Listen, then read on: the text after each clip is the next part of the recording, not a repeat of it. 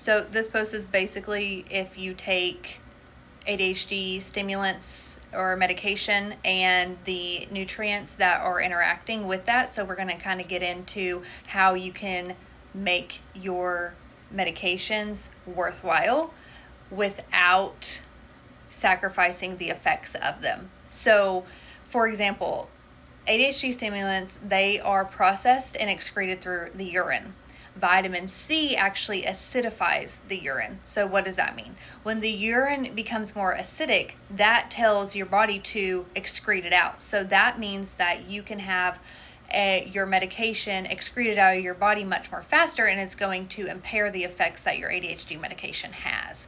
So if you take vitamin C for cold and flu season, or you're just taking it regularly and you're taking that at the same time as your ADHD medication, you may not be getting much out of your ADHD medication because it is signaling your body to excrete it out of the urine, because they're both what they interact with the urine. And also, that's not talking about eating an orange when you're taking your ADHD medication. That is talking about a higher dose vitamin C, like we're going 250, 500, etc. And by the way, you should not be taking more than 500 milligrams of vitamin C at a time. You can't absorb it anyway, so don't waste your money.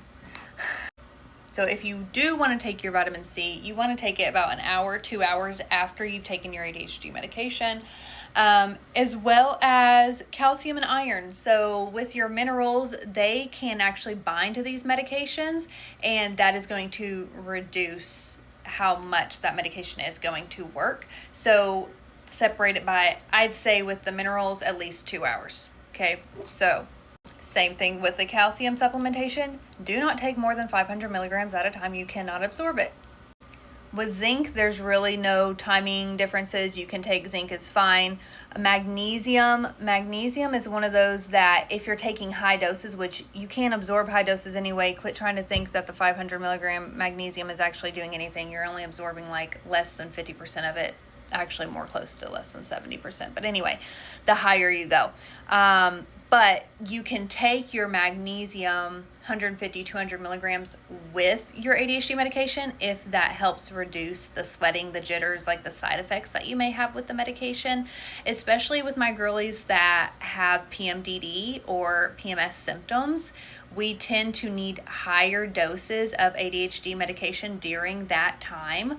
And so that's something that you should be talking to your doctor or psychiatrist with, not me.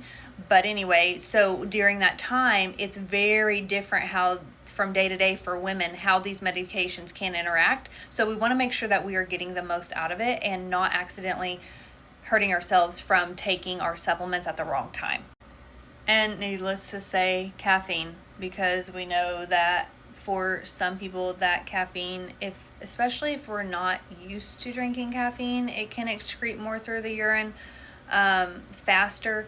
But high fat meals can also be impaired. So a light, breakfast or something, a lot of times some of those medications can cause nausea. So we do want to have something on the stomach, but not anything too crazy, because the high fat meals just delay the absorption of it. So it can mess with that a little bit. Same thing if you're taking any kind of bicarbs, stomach acid lowering medications that can impair the absorption of that as well. And when we're looking at the depletions of these medications is where it gets interesting.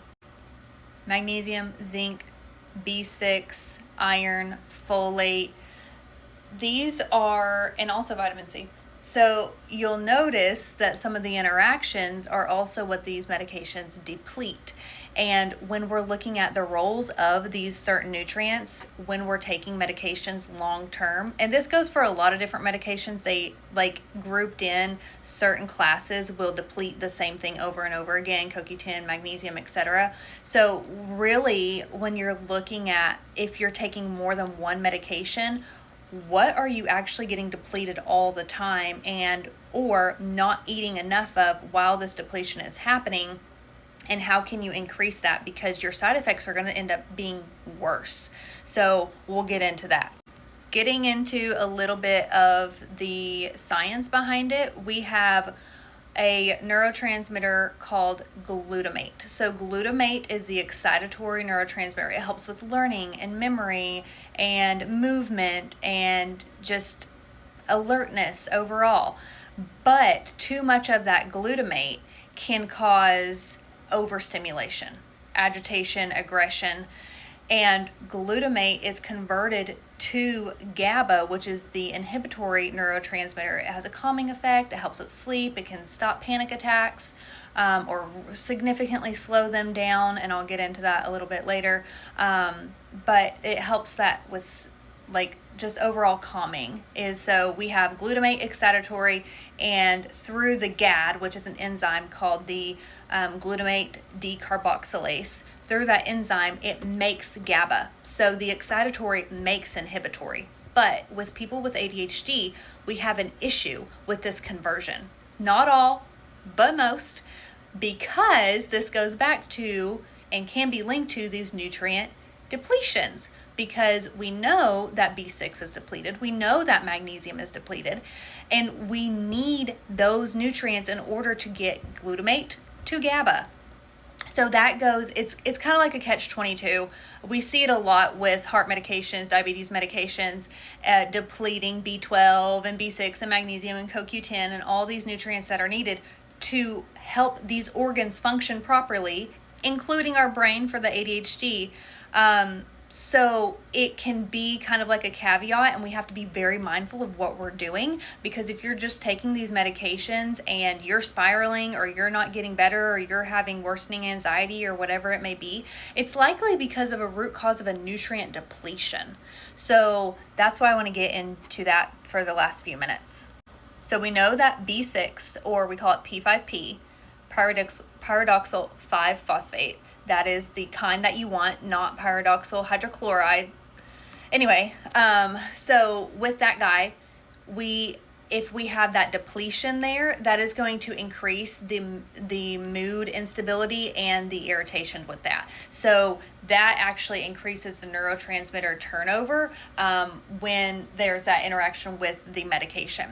The next one is going to be magnesium. Magnesium is wonderful, my favorite, and there's a ton of different forms of magnesium, and really what we're looking at if we're supplementing the magnesium, because we're going to have increased anxiety, sleep issues, muscle tension, cramps, that will happen. Those are little signs that you would need the magnesium.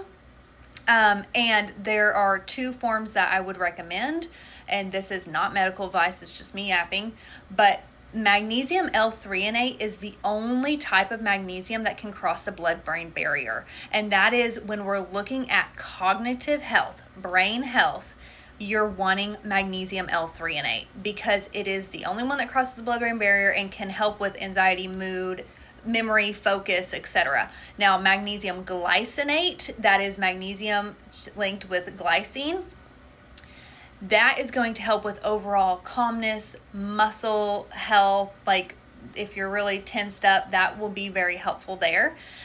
So those are the two types of magnesium that are needed, in my opinion, especially if you're having any of those signs or symptoms.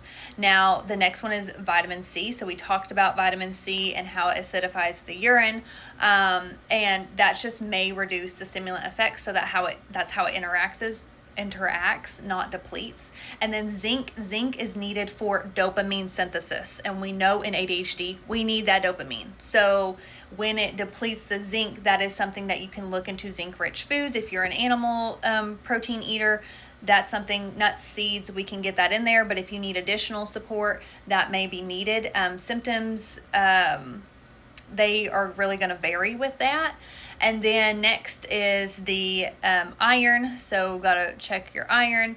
I'm trying to get through this because I'm almost out of time going through my list. Oh, folate. So increased methylation demand because of these medications and how it is detoxified by the liver. So that will help with cognition and support. So I would not do folic acid. I would look into folinic acid or methylfolate, 5-MTHF, but that is you have to be very, very careful with methylated vitamins like methyl B12 and methyl folate, because it can induce anxiety in those under methylators. So anyways, there's my splurge. If you have any questions, let me know.